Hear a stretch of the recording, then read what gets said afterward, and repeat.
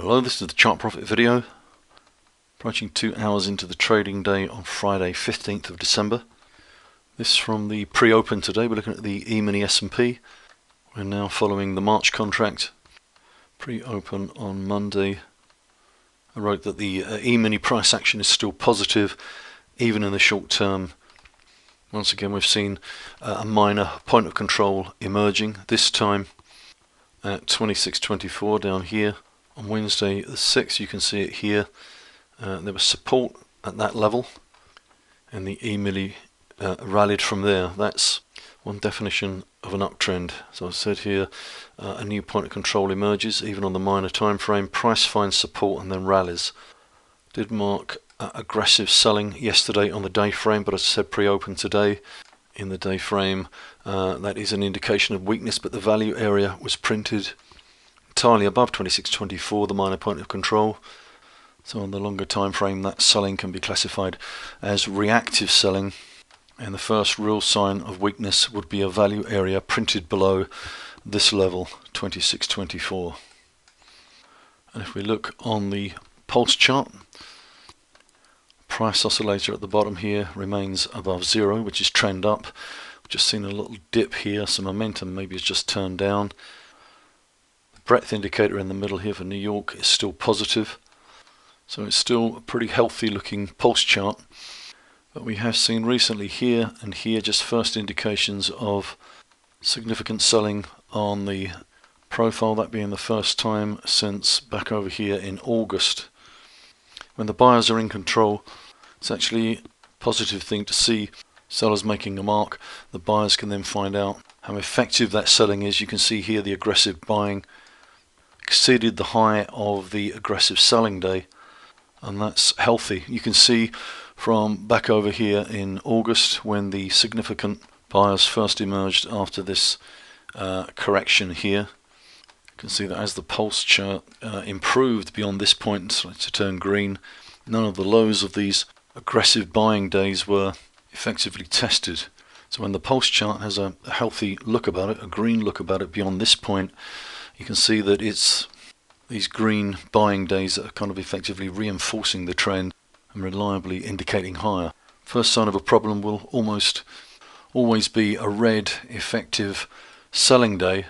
We then see price breaking below the last minor point of control, and then we start to see the pulse chart at the bottom here deteriorating.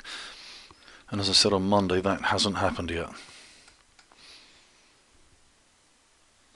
So no clear breakdown in price. What we have had recently, as we know, is signs of over enthusiasm from the sentiment indicators. We see here on the RINEX assets ratio reaching its highest level in the database back late October, above 18, a clear sign that bears are very difficult to find at the moment. And if we look at the bull fund assets in isolation, we can see that in November that indicator reached a real extreme here. This is the latest chart from Investors Intelligence poll, and we know that 5 weeks ago the net, that's the bulls minus the bears, was up at 50, and that was the highest since 1987. And in last week's ebook, highlighted in red here, all the sentiment indicators that in my view are flashing warning signals.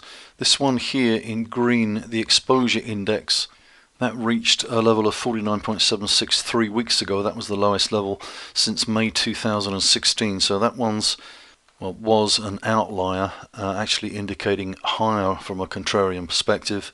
But this week, this index, which measures current equity exposure of active money managers, shot higher, is up sharply above 109, up from 58.42 the previous week. And as I've written here, that's a rise of 51 points in a week. And that's the largest single week change in the database, which goes back to July 2006. Much better indicator for finding lows at these sort of oversold levels. On the other side of the coin, I have to say that high readings in the exposure index do not necessarily coincide with tops. Nevertheless, there's enough extreme readings here within the indicators that we follow to suggest that recently bullish sentiment has got a little overheated. This is the current bar chart for the E-mini that we were looking at earlier on the profile. March contract, yesterday's aggressive selling was in here, and the high of that day here has been exceeded now, which, as I've said before, is an indication that any short-term negative implications of this selling have been negated. We're up around the highs right now. This is the UK FTSE 100 index. Has this week climbed back above 74.13, its 18-month point of control, and is once again back in a strong price location here. FTSE's higher today as the British pound comes lower here. The British pound remains in a strong price location above its 9-month point of control down here and above this halfway point off the Brexit high. So the pound, in my view, relative to the dollar, still in a pretty strong long-term price location. The euro versus the dollar, just about holding 117.55 the 1 year.